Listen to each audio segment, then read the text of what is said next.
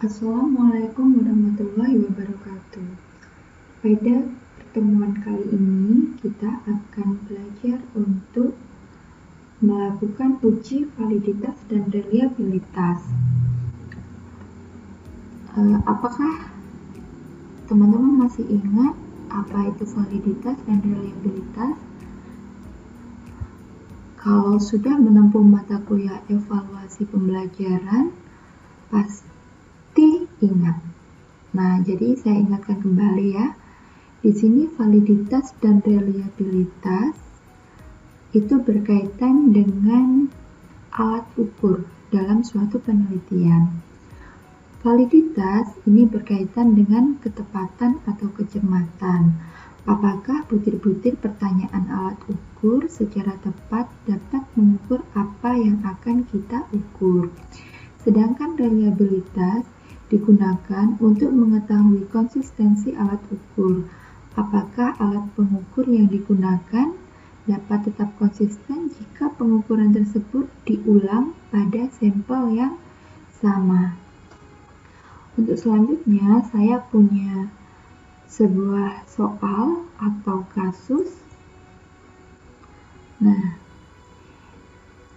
di sini seorang mahasiswa bernama Andi melakukan penelitian dengan angket menggunakan skala untuk mengetahui atau mengungkap motivasi belajar.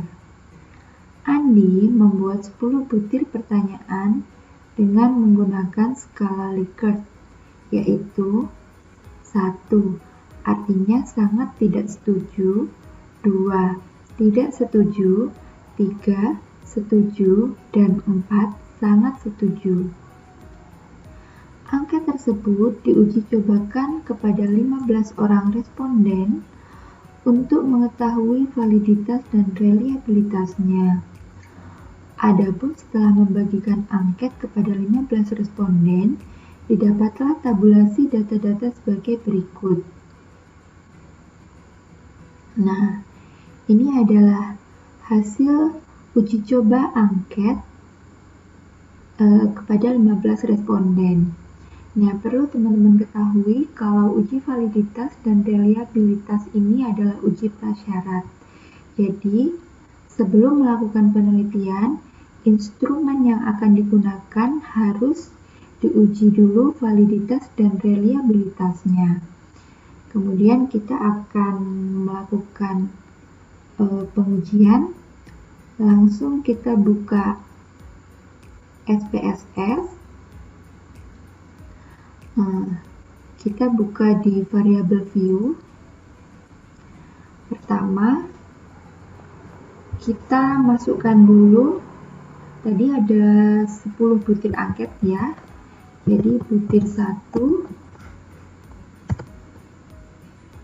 Nah, jangan lupa tipenya numerik, kemudian desimalnya kita nolkan saja, jadi tidak 0 artinya tidak ada angka di belakang koma. Kemudian measure, kita pilih scale. Udah. Lanjut butir 2 sama. Nah, kita tulis sampai dengan butir 10. Jadi seperti ini ya, sama semuanya sampai dengan butir 10. Kemudian langkah selanjutnya kita pindahkan data score item ini ke dalam data view. Kita copy paste.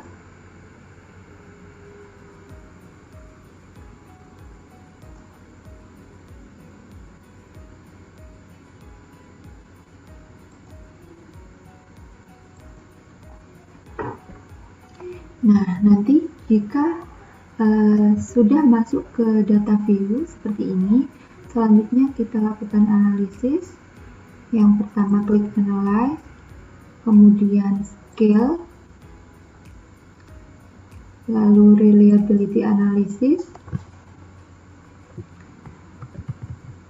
butir 1 sampai dengan butir 10 yang awalnya ada di kotak sebelah kiri, kita pindahkan ke kotak sebelah kanan dengan klik panah ini, kemudian klik statistik, deskriptif kita centang scale if item delete, kemudian continue. Nah, selanjutnya oke. Nah, jadi dalam sekejap hasil reliabilitas dan validitas sudah keluar. Ini pada kolom pertama ini adalah hasil reliabilitas. Yang perlu kita lihat adalah angka yang ada di kolom batch apa. Di sini hasilnya 0,83. Nah, sebuah instrumen dikatakan reliable apabila hasil batch apa ada di atas 0,6. Nah, ini adalah hasil hitung uji validitas dan reliabilitas yang sudah kita lakukan. Pada tabel reliability statistik ini menunjukkan hasil uji reliabilitas. Sebuah instrumen dinyatakan reliable apabila nilai batch alpha di atas 0,6. Nah, pada hasil hitung tadi diperoleh nilai batch alpha 0,83. Karena 0,83 ini lebih besar daripada 0,6, maka dapat dinyatakan kalau instrumen angketnya Andi dapat dinyatakan reliable. Selanjutnya ada tabel item total statistik. Untuk melihat validitasnya dari setiap butir angket, kita lihat pada kolom ketiga, correct item total correlation. Nah, sebuah pertanyaan dinyatakan valid kalau nilai ini correct item total correlation ada di atas 0,2. Kita lihat untuk butir 1 nilainya 0,523. Nah, jadi butir 1 ini lebih besar dari 0,2, maka butir 1 dapat dinyatakan valid. Selanjutnya butir 2 0,555. Ini juga lebih besar dari 0,2, maka butir 2 juga dinyatakan valid. Kemudian butir 3 0,75. Lebih besar dari 0,2. Ini juga dinyatakan valid. Selanjutnya butir 4, butir 5, butir 6, butir 7, butir 8, dan butir 9 ini lebih besar dari 0,2.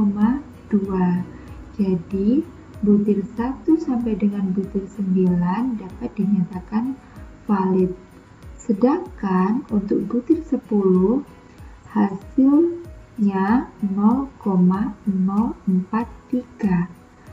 Nah, karena tadi aturannya dinyatakan valid kalau di atas 0,2, karena 0,043 ini lebih kecil daripada 0,2, maka untuk butir 10 dapat dinyatakan tidak valid.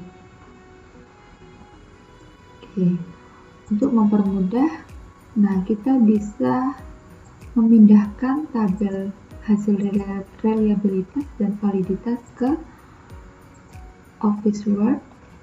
Nah, nanti jadinya seperti ini.